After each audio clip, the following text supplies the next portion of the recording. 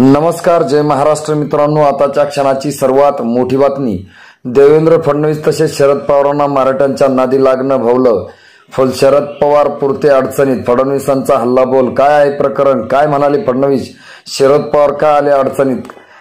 मराठा का आक्रमक झाला? पाहूया त्या अगोदर जर तुम्ही आपलं चॅनल सबस्क्राइब केलं नसेल तर सबस्क्राइब करा।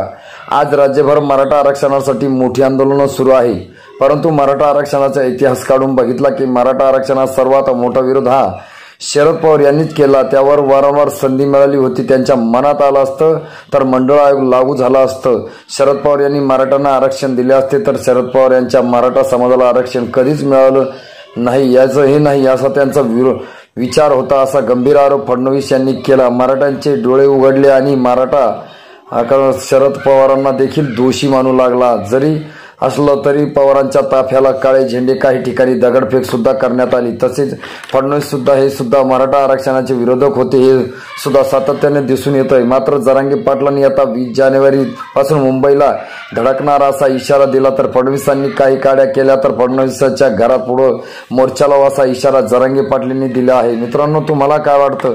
जरांगे पाटील माघार घेईल का? मराठ्यांना आरक्षण मिळेल का? कमेंटच्या माध्यमातून आम्हाला नक्की सांगा।